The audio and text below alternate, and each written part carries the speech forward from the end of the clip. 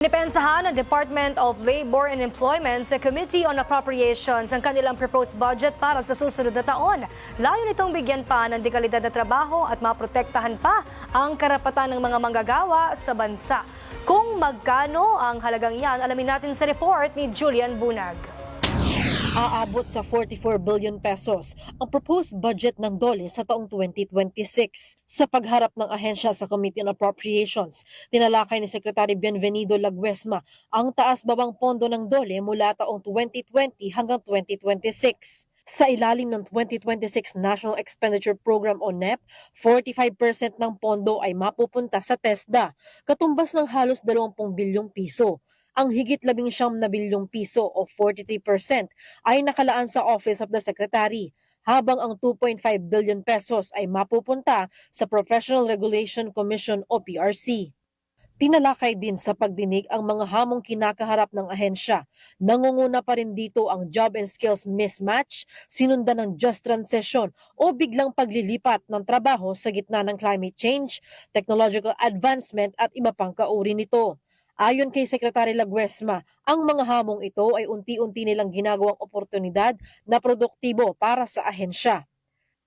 Samantala, binuksan naman ni Kamanggagawa Party List Representative Ellie San Fernando sa pagdinig ng komite ang usapin ng minimum wage earners. Marami rin po ng mga nag-aaral na mga minimum wage earners natin, pero nananatili na minimum wage earner. So hindi naman po natin kine-question yung level ng pinag-aralan natin.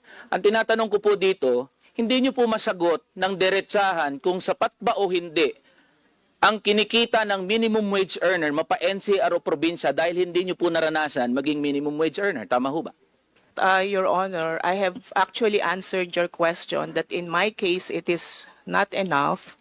But as I said, the question is relative depending on the situation of the person. Ang ating pong mga regional boards ay guided by 10 criteria for minimum wage determination. The first, as I mentioned a while back, is about the needs of workers and their families.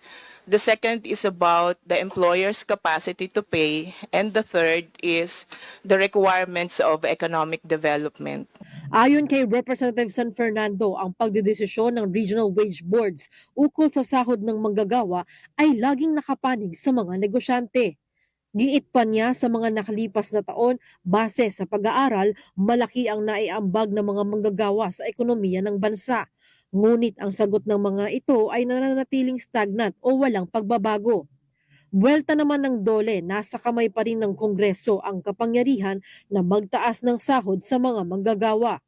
Para sa totoong balita sa Bagong Pilipinas, Julian Bunag, Congress News.